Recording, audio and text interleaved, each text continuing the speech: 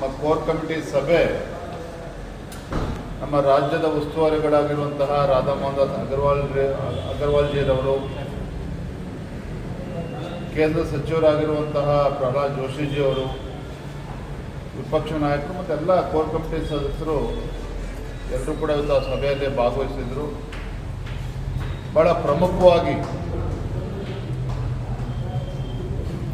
ಮುಂದೆ ಬರುವಂತಹ ಬಾಗಲಕೋಟೆ ಹಾಗೂ ದಾವಣಗೆರೆ ದಕ್ಷಿಣ ವಿಧಾನಸಭಾ ಕ್ಷೇತ್ರದ ಉಪಚುನಾವಣೆಗಳ ಅಭ್ಯರ್ಥಿಗಳ ಬಗ್ಗೆ ಚರ್ಚೆ ನಡೆದಿದೆ.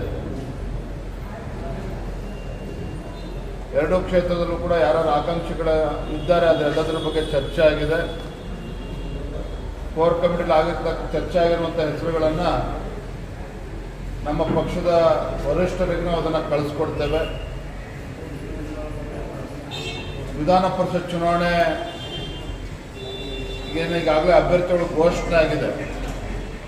ವಿಧಾನ ಪರಿಷತ್ ಚುನಾವಣೆ ಅಭ್ಯರ್ಥಿಗಳನ್ನು ಗೆಲ್ಲಿಸ್ತಕ್ಕಂಥ ನಿಟ್ಟಿನಲ್ಲಿ ಬಾಗಲಕೋಟೆ ಹಾಗೂ ದಾವಣಗೆರೆ ದಕ್ಷಿಣ ವಿಧಾನಸಭಾ ಕ್ಷೇತ್ರದ ಅಭ್ಯರ್ಥಿಗಳನ್ನು ಗೆಲ್ಲಿಸ್ತಕ್ಕಂಥ ನಿಟ್ಟಿನಲ್ಲಿ ನಾವೆಲ್ಲರೂ ಸಹ ಒಟ್ಟಾಗಿ ಒಂದಾಗಿ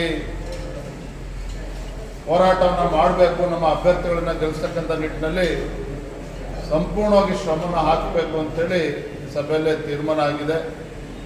ಈಗ ತಾನೇ ಪ್ರಹ್ಲಾದ್ ಜೋಶಿಜಿಯವರು, ಕಾರಜೋಳ ಅವರು, ನಾವು ದಾವಣಗೆರೆ ದಕ್ಷಿಣ ವಿಧಾನಸಭಾ ಕ್ಷೇತ್ರದ ಎಲ್ಲ ಆಕಾಂಕ್ಷಿಗಳೇನಿದ್ದಾರೆ ಹಾಗೂ ಪಕ್ಷದ ಪ್ರಮುಖರ ಜೊತೆಲೂ ಕೂತು ಚರ್ಚೆ ಮಾಡಿ ಹಿಂದೆ ಆಗಿದ್ದನ್ನು ಮರೆತು ಎಲ್ಲವನ್ನು ಕೂಡ ಬದಿಗಿಟ್ಟು ನಾವೆಲ್ಲರೂ ಕೂಡ ಒಟ್ಟಾಗಿ ಚುನಾವಣೆಯನ್ನು ಗೆಲ್ತಕ್ಕಂಥ ನಿಟ್ಟಿನಲ್ಲಿ ಶ್ರಮನ ಹಾಕಬೇಕು ಅಂತೇಳಿ ಪ್ರತ್ಯೇಕ ಆ ಸಭೆಯನ್ನು ಕೂಡ ಮಾಡಿದ್ದೇವೆ.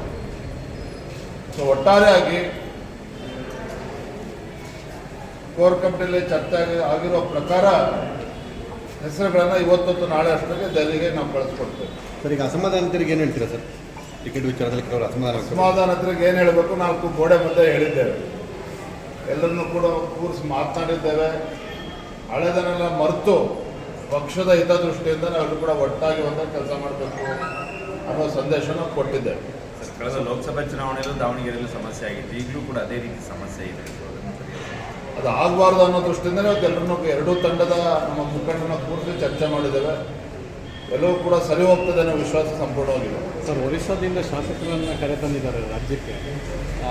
ರಾಜ್ಯಸಭೆಯಲ್ಲಿ ಅಡ್ಡ ಮತದಾನ ಆಗುತ್ತೆ ಅನ್ನೋ ಕಾರಣಕ್ಕೆ ಅಲ್ಲಿಂದ ಶಾಸಕರನ್ನು ಕರೆತಂದು ಬೆಂಗಳೂರಲ್ಲಿ ಮಾತಾಡಿ ಏನು ಕರ್ಕೊಂಡ್ಬಂದಿದ್ದಾರೆ.